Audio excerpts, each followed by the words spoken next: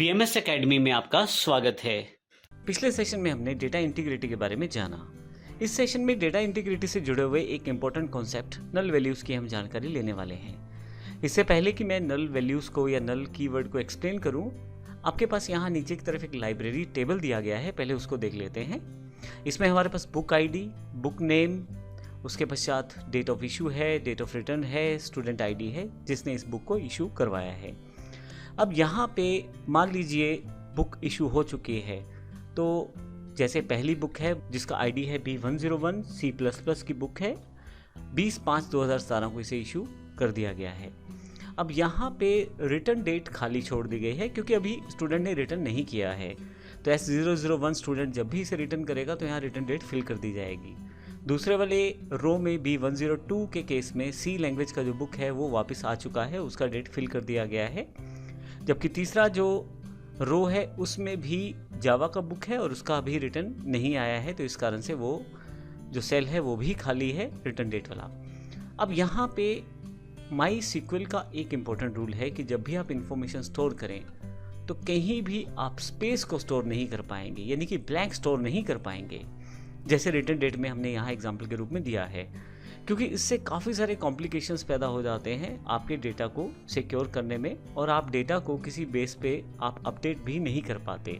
हालांकि आने वाले सेशन से हम प्रैक्टिकल रूप में भी नल वैल्यू को देखेंगे, लेकिन अभी एग्जांपल के लिए मैं आपको, क्योंकि बेसिक टर्म्स की जानकारी चल रही है, तो नल वैल्यूज़ की जानकारी देना ज़रूरी समझता हूँ।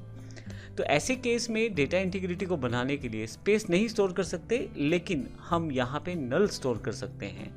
तो नल के लिए आपको करना कुछ नहीं है, आप यहाँ पे नल एक पर्टिकुलर कीवर्ड है जिसका प्रयोग आप कर सकते हैं। देखिए मैंने यहाँ पे NULL के नाम से रिटर्न डेट में नल फिल कर दिया है। तो डेटा इंटीग्रिटी को बनाए रखने के लिए जब भी हमें कोई ऐसा रिकॉर्ड सबमिट करना हो जहाँ पे कोई पर्टिकुलर फील्ड खाली हो, तो उसे ब्लैंक ना सेव करके हम वहाँ पे नल कीवर्ड का प्रयोग करते हैं। मैं यहाँ एक इम्पोर्टेंट बात और बता दूँ कि प्राइमरी की का जो फील्ड रहता है वहाँ पे आप नल को नहीं फिल कर पाएंगे। तो यहाँ पे ध्यान रखिएगा, प्राइमरी की जो कि बुक आईडी है हमारे पास यहाँ पे, अगर मैं यहाँ नल को फिल करना चाहूँ तो नहीं कर पाऊँगा।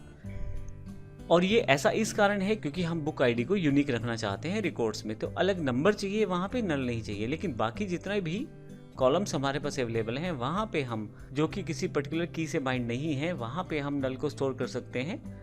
इस केस में हम खाली नहीं रखेंगे अपने स्लॉट, अपने सेल को, किसी पर्टिकुलर फील्ड को, वहाँ पे हम नल वैल्यू फिल करेंगे ताकि जब हम क्वेरीज करें अपने डेटाबेस से तो हमें ये पता लग जाए कौन कौन सी वैल्यूज़ फिलअप नहीं हैं। तो डेटा इंटीग्रिटी बनाने के लिए नल का बहुत प्रयोग किया जाता है और हम आने वाले सेशंस में देखेंगे कि किस प्रकार हम अपने रिकॉर्ड्स में नल का यूज़ करेंगे। नल को अपडेट करना भी आसान रहता है और इन्फॉर्मेशन फाइंड करना भी आसान रहता है, क्योंकि इन सभी रिलेटेड सेशंस में हम लोग इंपॉर्टेंट टर्म्स की जानकारी ले रहे हैं और मेरे हिसाब से नल बहुत इंपॉर्टेंट टर्म रहता है। इसकी जानकारी हमें पहले होनी चाहिए ताकि जब हम माई सीक्वल को प्रयोग करें तो इन सब कॉन्सेप्ट के बारे में हमें पता होना चाहिए। तो अगले सेशन में हम बात करने वाले हैं SQL सर्वर और माई सीक्वल में क्या फ़र्क है। धन्यवाद।